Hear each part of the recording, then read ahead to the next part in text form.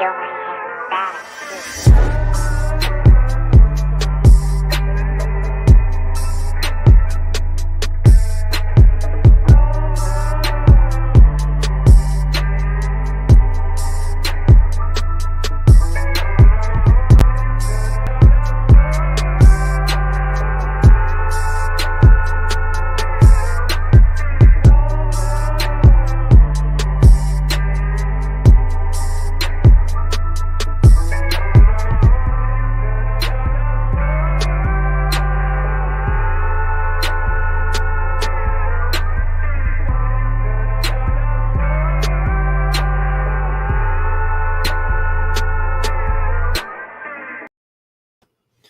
What's going on, YouTube? Good to see everybody again. It's funny because it said I had 0 viewers, and while it said that, I got a comment from Ree. What's going on, Ree? So I know the fucking count was wrong, but it says 2 now, so I don't know, at least 2, I guess. I'm unsure, but the point that I'm going to get across right at the beginning of this stream, turn my gain up a little bit. The volume sound good? Let me know if the volume sounds fine on this. This is not going to be an entertaining stream. This is going to be boring as fuck. So if you're like, oh, I want to watch something entertaining, I don't want to be bored. This is not going to be a good stream, and I'm not going to pretend that this shit's not going to be boring. So, hey, what's going on, Jenna? Good to see you here. So yeah, to get right into it. Thanks for letting me know. She says the volume is great. So I'll take, little pauses as I'm reading, interact with the chat a little bit, give a little bit of my own commentary on what I'm reading. But other than that, yeah, today's not going to be particularly exciting. But I think I've stressed that enough. So I put the link to my new Discord server. I started a Discord server. Let me take this off real quick. It's called Shane Street. There's something called the Knowledge Bar. There's something called Skeptical Park. There's something called Atheist Alley. There's different things you could find on the Discord server. It's open for discourse, but it's mostly for like academic resources. So I've been uploading like academic papers on there, and the papers that I'm reading in this stream you could find on my server. So if you want to learn all this shit without having to hear me read it, that option is available to you too. Oh, cool. You're joining the server. I'll look forward to seeing you, Jen. I'll send you an invite. Oh no, I have the link in there, so you won't need I put the invite there. So hell yeah. All right. Well, anyway. All right, I'm not going to be starting with that paper actually, which is a Graham Oppie paper. That's a good one. I'll be going to this one second, but yeah, okay. Let's go to a paper about the principle of sufficient reason called "The Principle of Sufficient Reason Fails to Prove the Existence of God" by Ferlin F. Pedro. All right. So he says, in this essay, I argue that the principle of sufficient reason as a cosmological argument does not warrant the existence of God. In section 1, I describe the nature of cosmological arguments, then examine 2 of its main variations, the first cause argument and the argument from contingency, and their weaknesses. In section 2, I go on to assess Leibniz's, I fucking really hope I'm not, I don't know how the fuck to pronounce that, I'm just going to go with Leibniz's PSR, principle of sufficient reason, showing that the PSR falls into contradictory terms of necessity and contingency.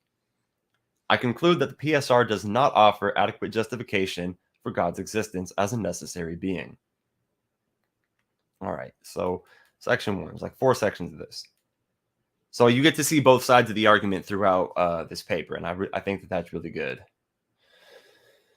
So cosmological arguments are constructed to demonstrate the existence of God from a set of facts about the universe. The pattern of argumentation follows a posteriori claims about the causal nature of objects in the universe. In other words, things exist, therefore their existence must be dependent on something, a cause, prior. But it is not limited to merely causally inferred entities. Reasons unrelated to an inferred entity can also amount to a cosmological claim. For example, one could be sick, but one is sick because of some reason, regardless of whether the cause or causer is known. Still, the cause of an illness should be explained. In the case of the universe, probing the question of why does the universe exist, or why is there something rather than nothing, forms the appeal of constructing cosmological arguments. Cosmological arguments tend to claim that there are contingent truths in the world which require explanations for their being, reality, or existence. As a cosmological argument, the principle of sufficient reason has been used to justify the need for a God, a being whose existence is necessary to both cause the universe to exist and sufficient to allow it to subsist. Creatio ex nihilo.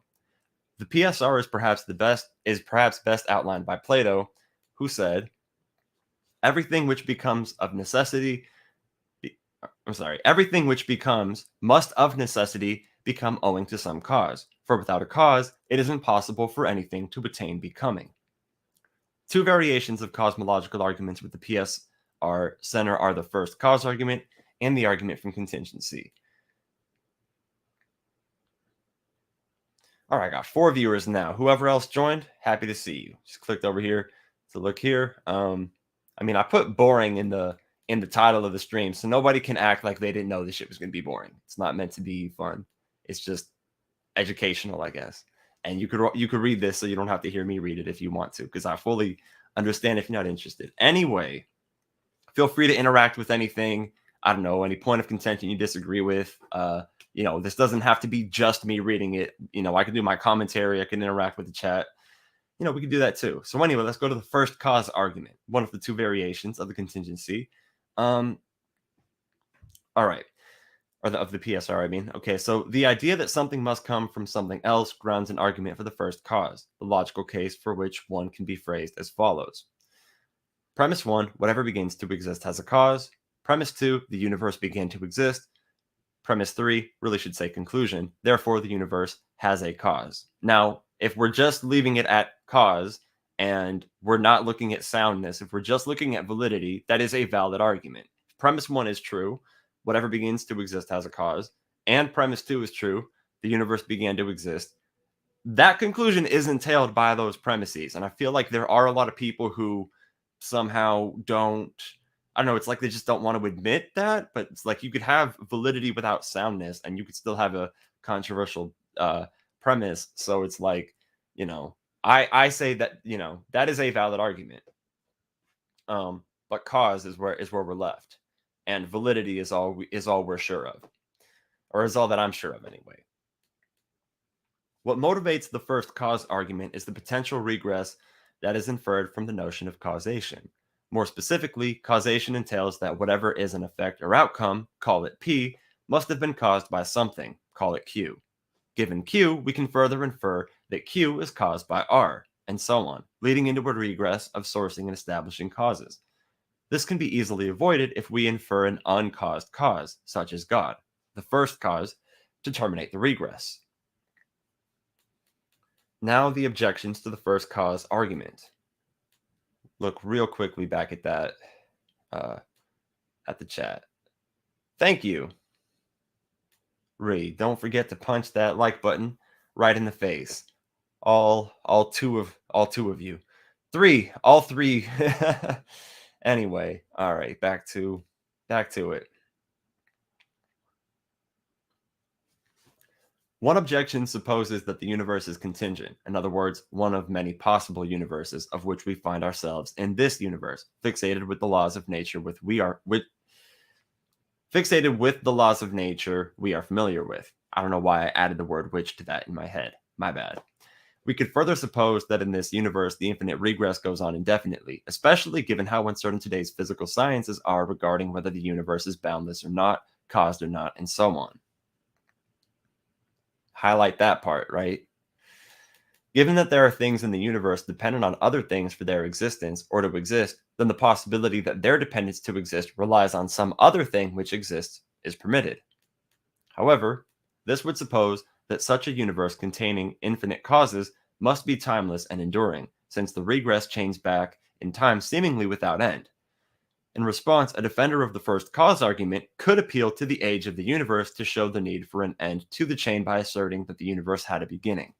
Therefore, the fact of premise 2 reaffirms the need to provide a sufficient reason for why there are contingent truths in the universe if indeed dependent things necessitate a cause. Moreover, some philosophers, such as Russell and Hume, it'd be Bertrand Russell, David Hume, have been keen to raise another concern, the matter of who caused the first cause. What motivates them is after establishing the principle of causation that every event must have a cause, so too must every cause have a cause.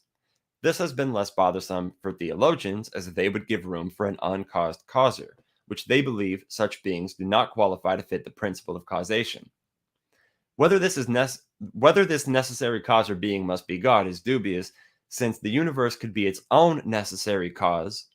Universe could be its own necessary cause. Therefore, the universe isn't contingent in that sense, right? Its own necessary cause, or perhaps some other universe if the multiverse theory proves correct. And I wouldn't actually say you have to have the word or here. Like, there's no incompatibility between this last claim and this last claim. These last two claims are not incompatible, so you don't have to pick between them. You don't have to pick both of them. I'm just saying you don't have to pick between them. Anyway, so I go now to the argument from contingency. This is a fan favorite for apologists, whether they be Christian or Islamic. And I mean, even as an atheist, I would have to say, like, as far as the arguments go, I mean, you want to compare this to like the moral argument. The moral argument is a fucking joke. You got this one actually takes some thinking. This one actually it gives you something to argue with. Moral argument, shit, I could do that shit in my sleep. Anyway, all right. In his Sum of Theology, motherfucking speak English. I was kidding. Thomas, before it's around. Oh man, I just thought about the fact that like if Americans had time travel, they would go to times before English existed and would probably demand that people spoke a language that didn't exist yet. If you've seen American tourists in another country, you know what I was talking about. Okay. I'm getting off track. My bad.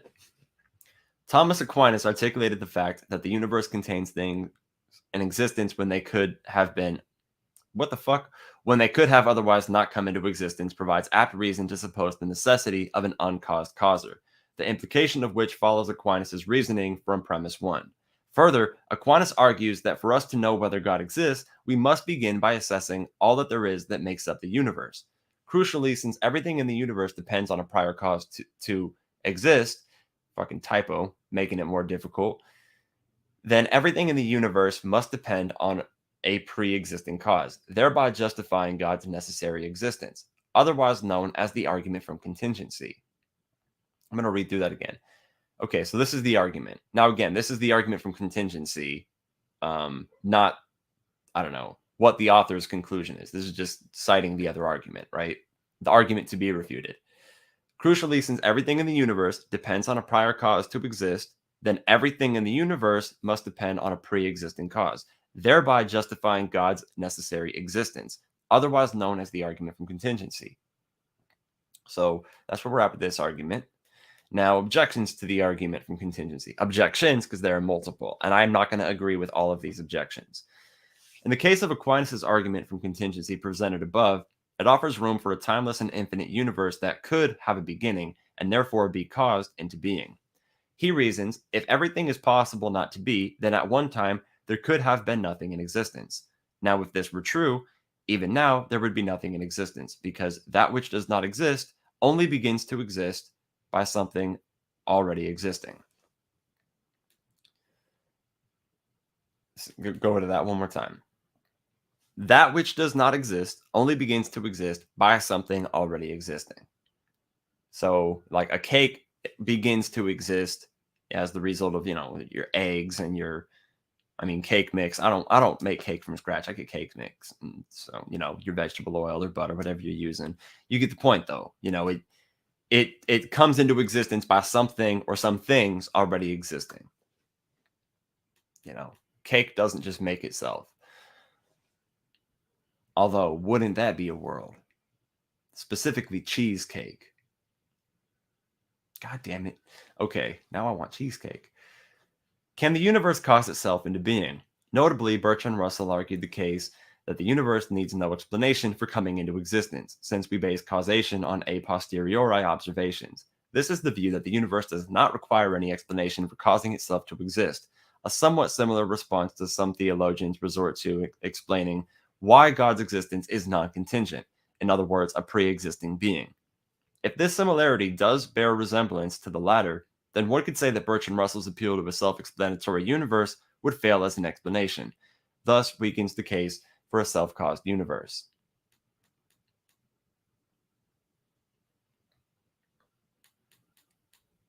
Perhaps there is a way out of the conundrum. Consider Aquinas' contention that the essence of God is merely to exist in response to criticism that we cannot provide justification for God's essence itself.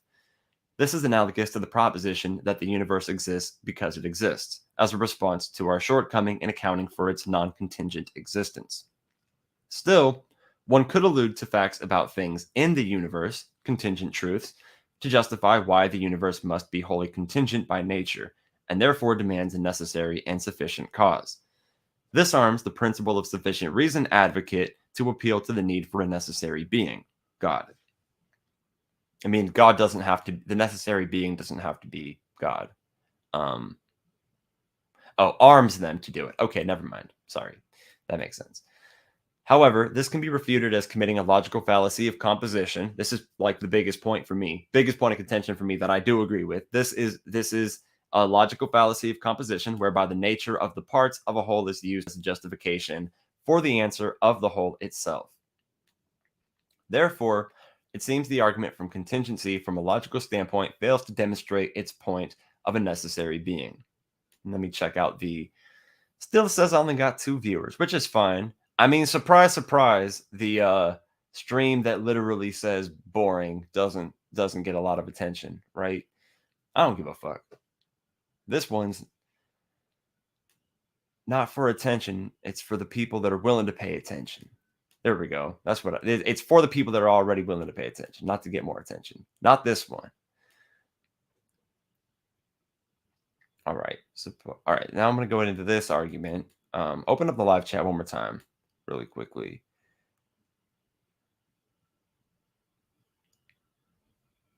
She said, nothing from a box comes out of my kitchen. Oh, you make everything from scratch? That's fucking dope.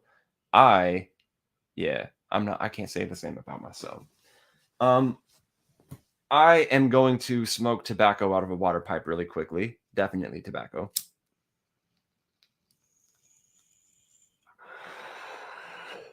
Totally not weed at all. Not marijuana, no THC, because I don't do that stuff. All right. Back to these goddamn arguments. Suppose that I visit a doctor about a stomach problem. My doctor is unable to say what is causing my stomach problem and why it reoccurs so often, necessitating my hospital visits. According to the doctor, my stomach problem cannot be remedied because there is no reason why I am experiencing a stomach problem besides the fact that I am.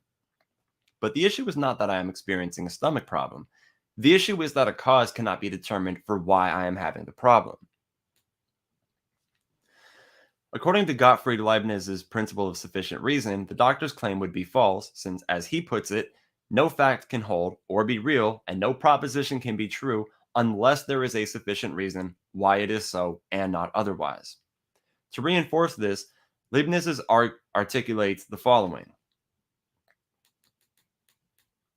The fundamental principle of reasoning is that there is nothing without a reason, or, to explain the matter more distinctly, that there is no truth for which a reason does not subsist.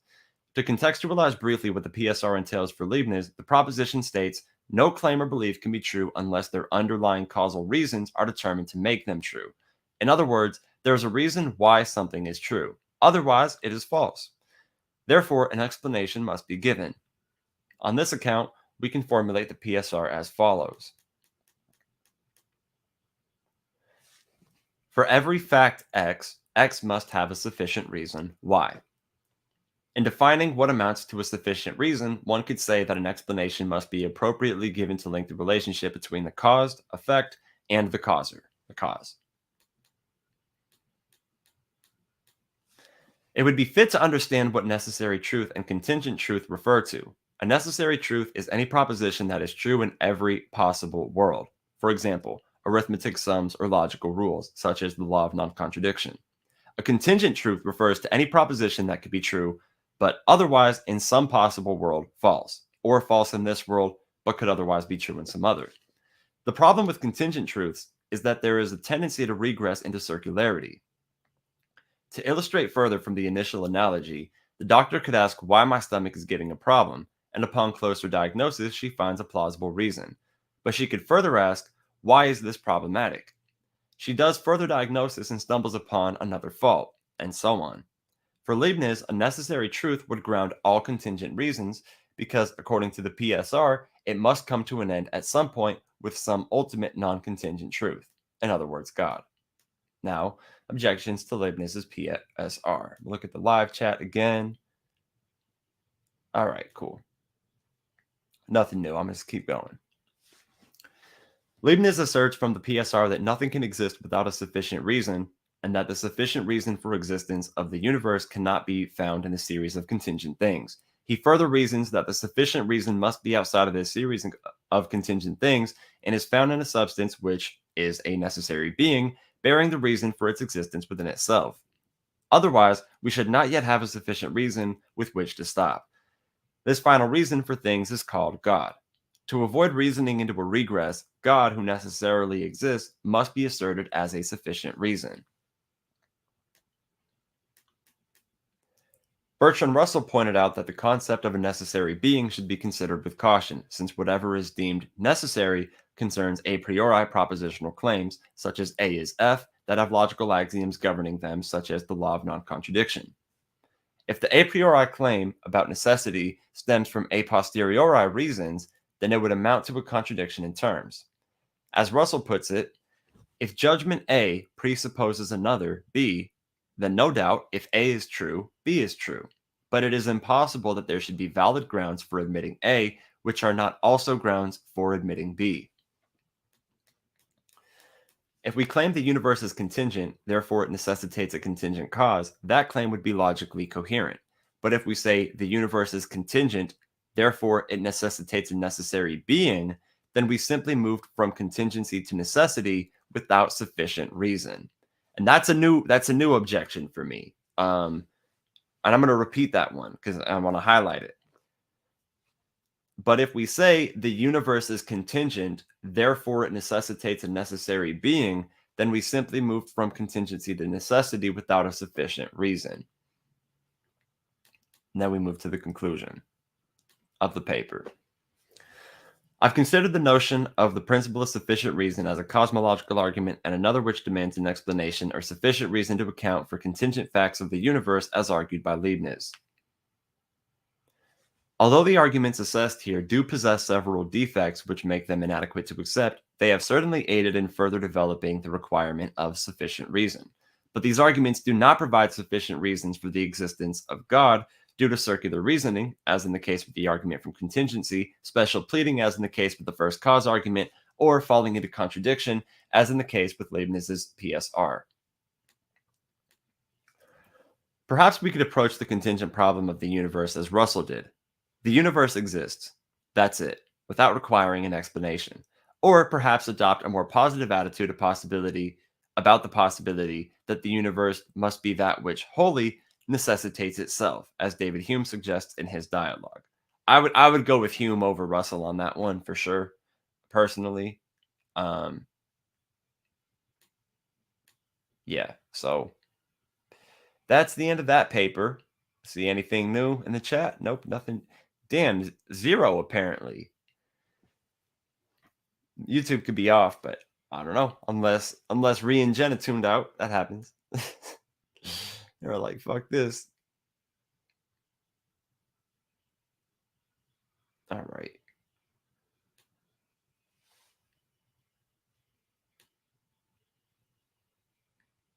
Now this stream will be available for more than just the live, so I'm gonna read the other paper after I finish this bowl off. Might as well. 0 view have an ass. God damn.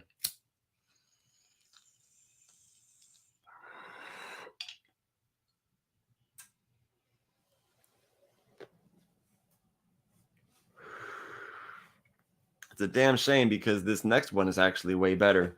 Should have read this next one first, but hey, other people get to tune in. So, damn AC turned on, but I can't let it get too hot in here, so I have to let it. Oh shit! Let me put that back on.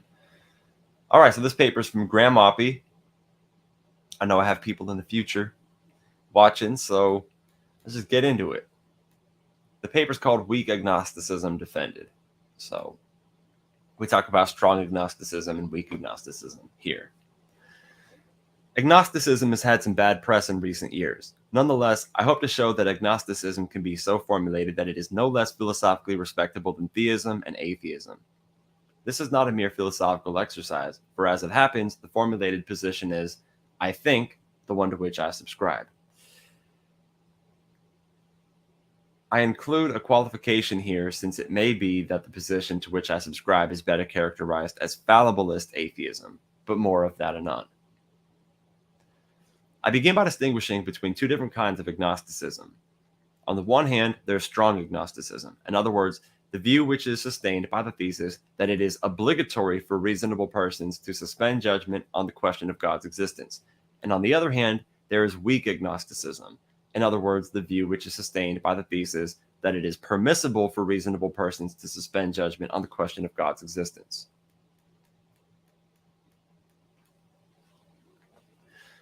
Strong agnosticism is characteristically defended by appeal to the apparent lack of good independent evidential support for the claim that God exists. Underlying this appeal, there is typically an epistemological principle which resembles the following. In circumstances in which the available evidence, no more and no less, supports P than it supports logically incompatible hypotheses, P1, Pn, one ought to suspend judgment between all of the hypotheses, P, P1, Pn. I don't know why they would do n instead of 2, but whatever. Moreover, also underlying this appeal, there is typically a further principle along the following lines. It is possible to characterize a suitable notion of evidential support which does not rely upon a relativization to background assumptions or theories. In the next two sections of this paper, I propose 1, to sketch the best case that I can make for strong agnosticism, and then 2, to argue that the case fails because the two kind of principles required for strong agnosticism cannot be plausibly conjoined. Weak agnosticism is, I think, best defended via an appeal to a principle of epistemic conservatism along the following lines. One is rationally justified in continuing to believe that P, unless one comes to possess positive reason to cease to do so. In the third and fourth sections of this paper, I attempt to make a case for weak agnosticism and to defend this case against objections. Since the strength of this case depends upon the underlying principle of epistemic conservatism, I shall also provide some assessment of the merits of this kind of approach to epistemology. Damn, I'm not going to read all fucking 21 pages of this. I mean, the first 6 pages of this are really good. Might just leave it at that. Oh shit, I got 2 viewers again. Well, welcome whoever tuned in. Probably the same people. All right.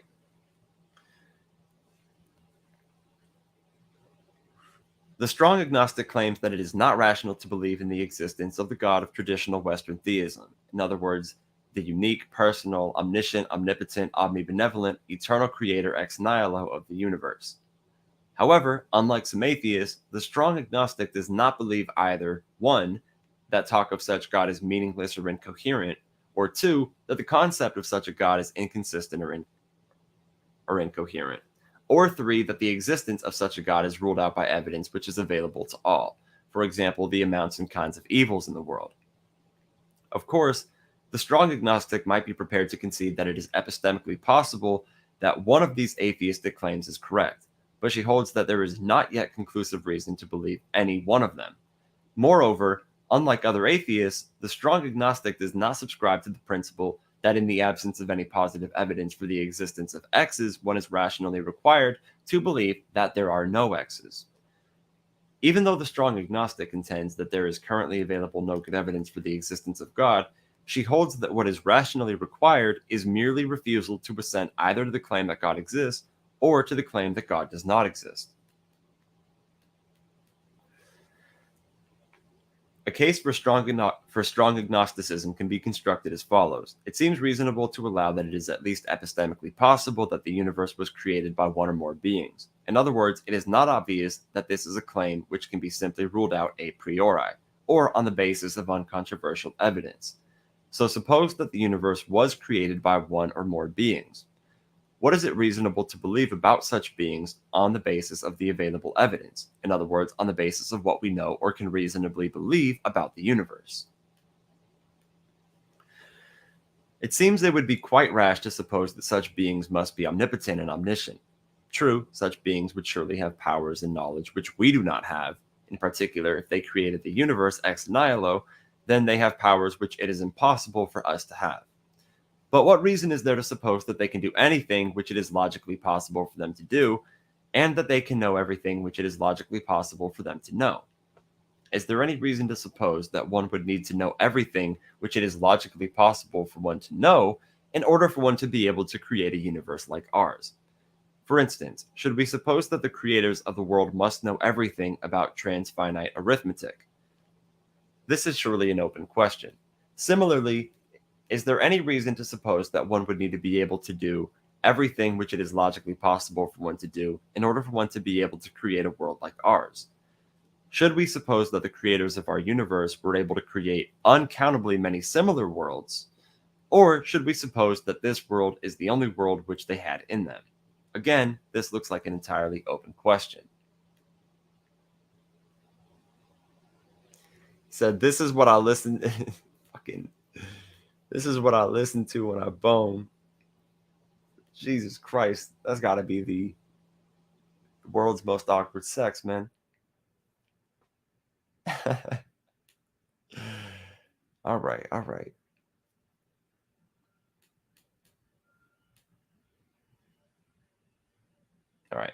It also seems that it would be very rash to suppose that such beings are omnibenevolent, even if, as many theists have argued, the amounts and kinds of evil in the world are compatible with the existence of an omnibenevolent deity. It is not at all clear that this evidence does not point more strongly towards creators with an entirely different moral character. At the very least, it seems that it is no less plausible to suppose that creators of the world have morally indifferent characters, or to suppose that creators of the world themselves are themselves morally evil. Things might get pretty dull in whatever realm they inhabit. And what need our suffering be to them? Of course, in the latter case, there will be problems about the amounts and kinds of good in the world. But even in the case in which the creators in question are omnibenevolent, it is hard to suppose that there is any more difficulty than there is for the traditional theist who attempts to deal with the problems of evil.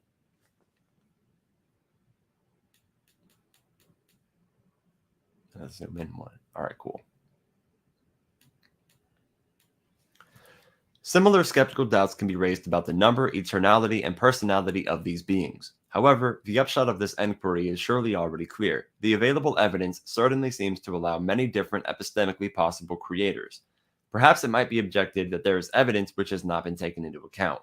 For example, the evidence of religious experience, religious authority, revelation, and scripture. However, none of this available evidence which will be recognized as such by theists and non-theists alike. Wait, did it miss? Oh, wait, none of this is available evidence. Okay, none of this is evidence that they would both accept. I'm gonna highlight this so I keep a hand on where I'm gonna look at the chat real quick. Nothing new.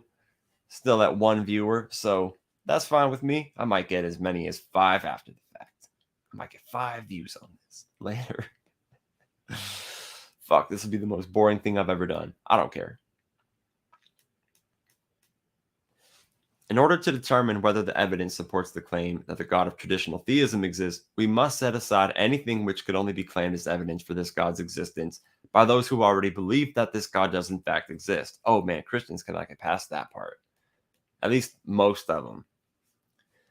Thus, for example, one could only suppose that the Bible provides evidence of the existence of this particular God if one already believes that this God exists.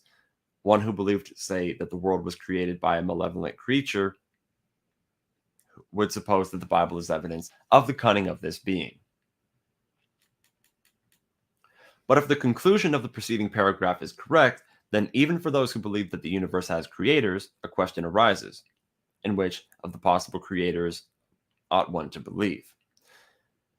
One might take the view that all one ought to believe is that there are creators and leave it at that. But to take this view is to fail to believe in the God of traditional Western theology, or in any of the other epistemically possible alternatives. Moreover, this view is manifestly insufficient to sustain a religious outlook on life. At this point in the argument, it is an open question whether the creators deserve our thanks. One might be delighted with one's life, no thanks to them. So one's own happiness isn't sufficient to answer the question which attitude one ought to take. In any case, even to believe that there are creators is to believe too much, for it is compatible with all the evidence we possess that the universe is uncreated, and I would say much more compatible. And indeed, to the extent that we feel impelled to believe in creators, it seems that we shall be equally impelled to believe in creators of those creators, and so on. If we're prepared to allow that this regress halts somewhere, then it is hard to see how we could rule out the possibility that it halts right at the beginning, in other words, with an uncreated universe. And I would say, okay, this point right here, obviously not my words, but when I became an atheist, this was pretty much the thought that did it for me. A friend of mine's mom asked me why I believed in God, and I was like, well, that's not a good reason. That's not a good reason. And then I thought about this, and I just was like, wait a minute. And this point that I've highlighted right here pretty much is what did it for me. Let's see, what does he say?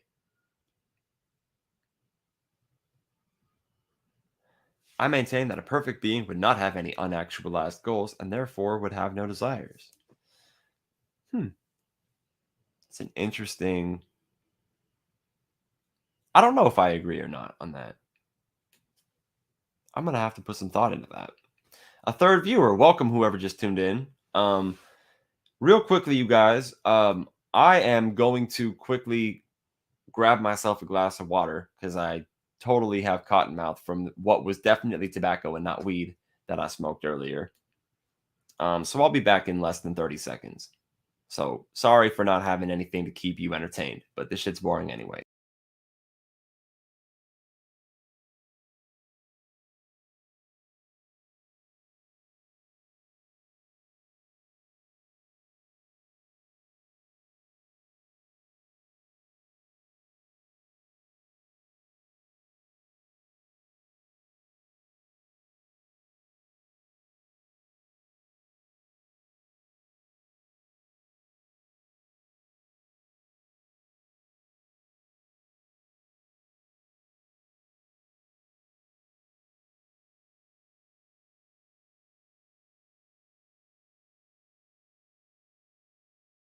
All right, I made it back. Didn't lose any of you somehow. Wow, you guys are dope. All right. I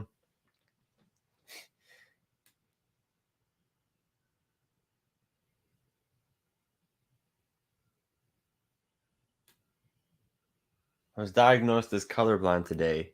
It came right out of the purple. This guy. A nurse pulls the thermometer out of her pocket and says, "Uh-oh, this means some asshole has my pen." That's good. All right, let me get back into this paper. God damn it. Perra madre. Okay. Recently, there's been a revival of interest in teleological arguments which begin with the claim that the occurrence of life in the universe depended upon the utterly unlikely concurrence of a number of improbable events and specific values of universal parameters. Doesn't this data show that it is much more reasonable to suppose that the universe is the outcome of creative intelligence? No. I like that, just no. We don't know much about the contours of broadly logical, in other words, metaphysical space. Contours which, of course, can only be discovered a posteriori, but it seems highly implausible to suppose that ours is the only kind of universe which could support intelligent moral agents. Moreover, although we can conjecture that as we move along certain axes in logical space, we find only universes which do not contain human beings, we can't even be sure, given enough parameters and initial events, that our local region of logical space isn't densely populated with universes which contain human beings. And finally, we have little idea what kinds of intelligent moral agents there are, or I'm sorry, what kind of intelligent moral agents there might be other than human beings, nor much idea about the conditions under which they might flourish. So, even if we're inclined to think that our existence is an incredible stroke of luck, the postulation of creators cannot be guaranteed to explain that luck, for it would seem to be equally a matter of incredible luck that they were disposed to create our universe rather than one of the possible alternatives.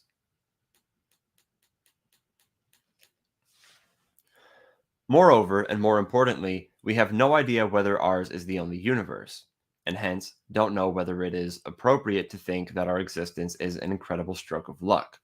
Maybe there are a vast number of uncreated worlds, but ours is the only one which contains intelligent moral agents.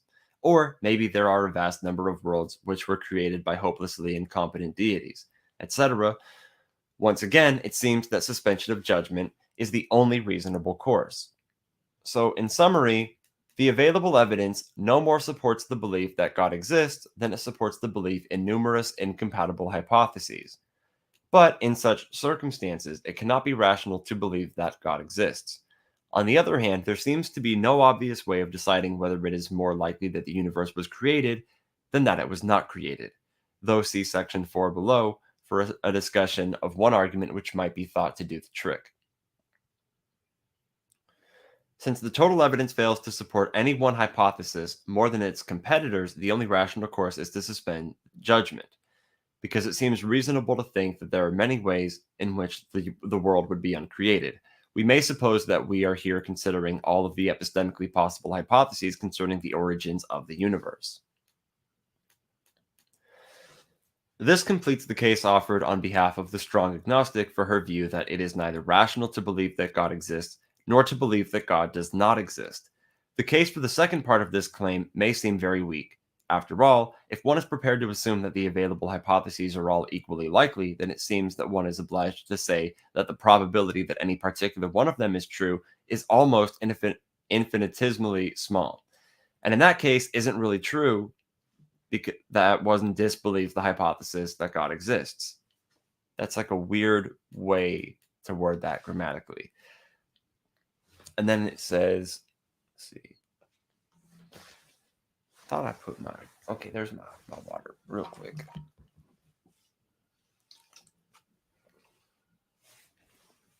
Okay. The lottery paradox shows that this can't be right. In a lottery with infinitely many tickets, there is only an infinitesimal chance that any particular ticket will win. Nonetheless, if I believe of each ticket that it won't win, then I shall be obliged to conclude that no ticket will win. That doesn't fucking follow. What?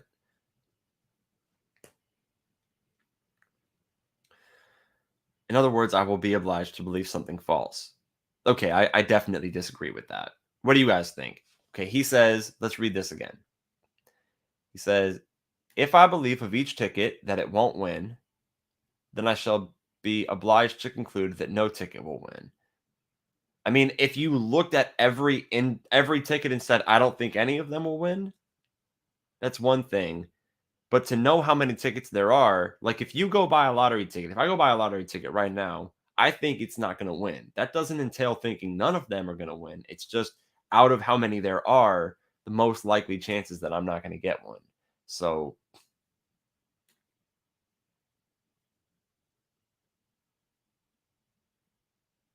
you got to back up a sentence or two from the one that's highlighted. I don't know when exactly you put that. Let me see. In a lottery with infinitely, oh, maybe because it's infinite. Oh, okay. Because there's infinitely many tickets, that makes that the case. Okay, I think that's what you're talking about.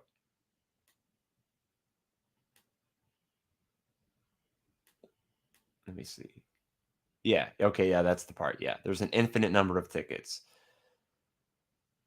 Okay, yeah, that's fair.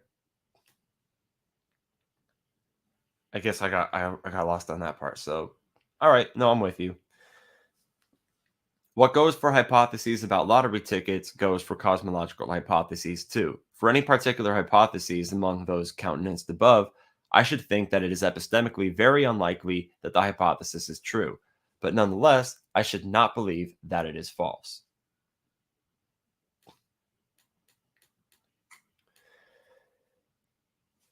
There are some obvious lines of response to the outlined argument for strong agnosticism.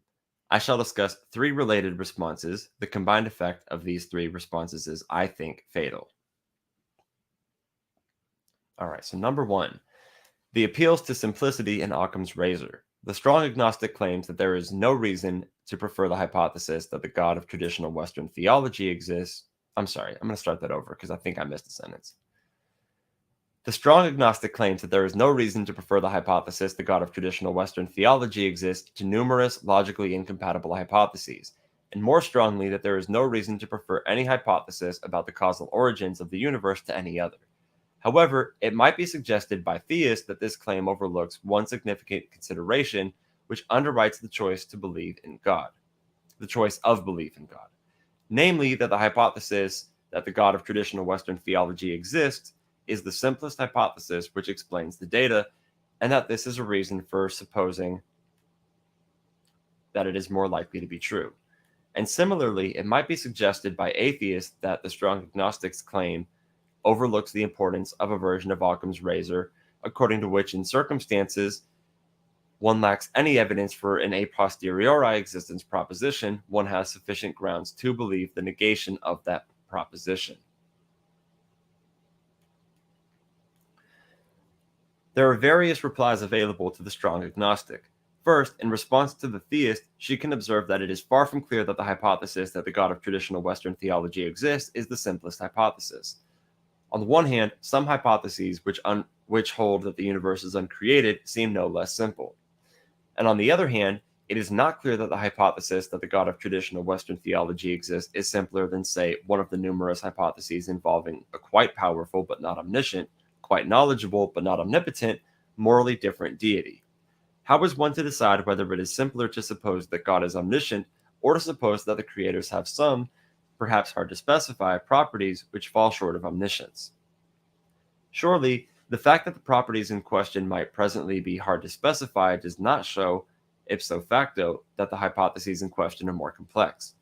For in that case, our criterion of simplicity depends upon the vagaries of current notation. Yet presumably, likelihood of truth ought not to be tied to the current notation in this way. Of course, it is not here denied that there are good pragmatic reasons for using a criterion tied to the vagaries of current notation in selecting hypotheses, for example, in the sciences. However, it will be insisted that these reasons have nothing to do with truth. Indeed, it will be said that we use simplicity to choose between hypotheses precisely when we recognize that the available evidence does not allow us to discriminate between them in terms of likelihood of truth. Perhaps the theist might reply that the simplicity of the hypothesis provides a pragmatic reason for adopting the hypothesis that the God of traditional Western theology exists. However, it is hard to see that this could be an overwhelming practical reason. For suppose we ask, what reason could we have for wanting to choose between the competing hypotheses in question? If our reason is that we think that a correct choice will be rewarded, then surely a practical reason will be on the side of refusing to choose. For no matter what our choice is, there are possible creators who will reward us for making it, possible creators who will be indifferent to our making it, possible creators who will punish us for making it, etc. And of course, I don't think that's a matter of choice, but that's my point of contention. The only reasonable response seems to be to forget about the whole matter and to concentrate on something which is much more tractable, namely one's conduct in one's present life. And if it is objected, as it would have been by Pascal, that one's present life will go best if one chooses to believe in the God of traditional Western theology, quite independently of whether such a God in fact exists, then the correct thing to say is simply that it is not credible. If there is no God, then any use which is made of the mistaken belief that God exists will surely involve costs which could be avoided without giving up any of the benefits accrued. Perhaps the theist might respond with an appeal to Pascal's wager. But, as I've argued elsewhere, the strong agnostic can reasonably contend that there are infinitely many possible creators. Consequently, even if one thinks that the apparatus of decision theory can be correctly applied in cases which there are infinite utilities, one will find that the value of the wager on God can be trumped by other considerations. And in any case, there are many other deities whose existence would ensure an equally good outcome, so there's no escape here.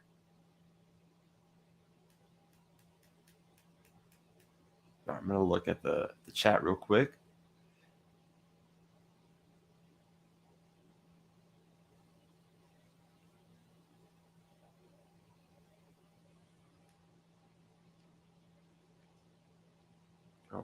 All right. Just going to keep going.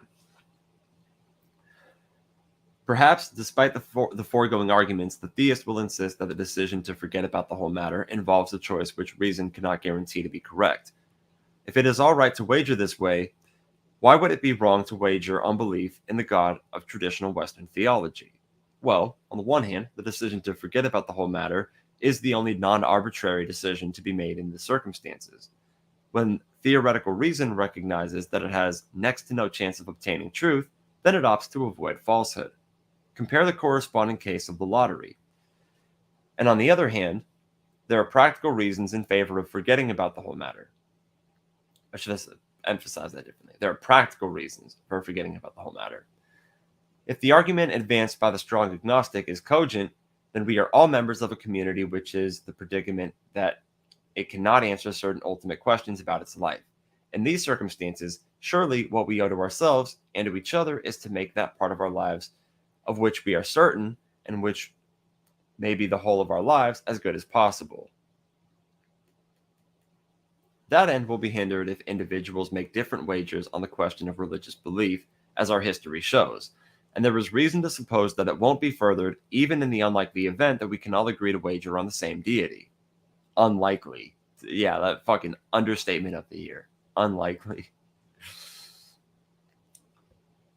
To do anything other than forget about the whole matter is to give up certain goods for utterly uncertain returns. In other words, the expected value of the skeptical wager is greater than the expected value of the wager on God.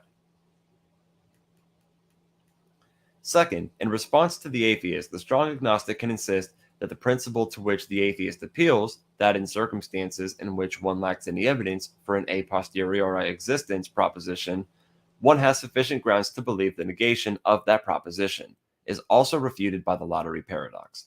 This, by the way, explains why the two objections were grouped together. The problem is that in some circumstances in which one lacks evidence, one will lack evidence for every relevant a posteriori existence proposition. But one will also know that some relevant a posteriori existence propositions must be true. Thus, for example, although there is no good reason to think there are currently intelligent beings inhabiting the fifth planet in the Vega system, the correct view to have is simply that this claim is very unlikely to be true.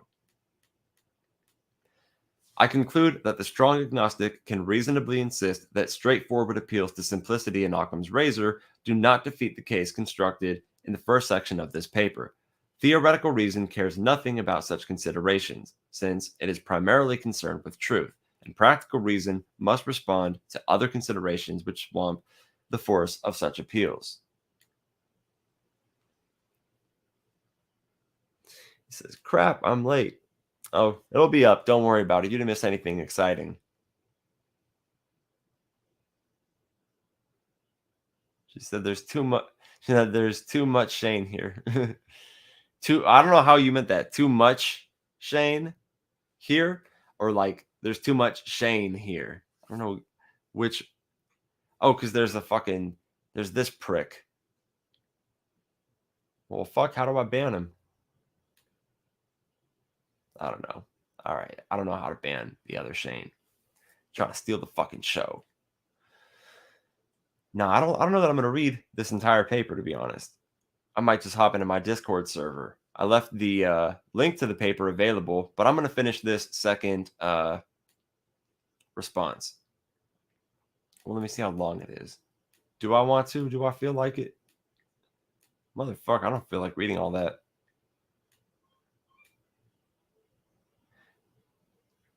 God damn. Nope. Nope. Shit. Nope, I'm gonna hop into my Discord server, and I left the link to the paper available. I've read thus far. I would take the strong agnosticism position over the weak agnosticism position, even though this paper argues for the weak agnostic position. So yeah, anybody interested in this? Again, if you look at let me see if I can post the link again. Yeah. All right, I'm gonna be going into my Discord server. That's there. All right. In that server, you could find all of the papers being referenced throughout this stream. Thank you very much to all of you who tuned in and actually stayed and listened to this boring shit. Hope to find you on Discord right after the show. I actually have a closing thing that I forget to do. There we go. Late.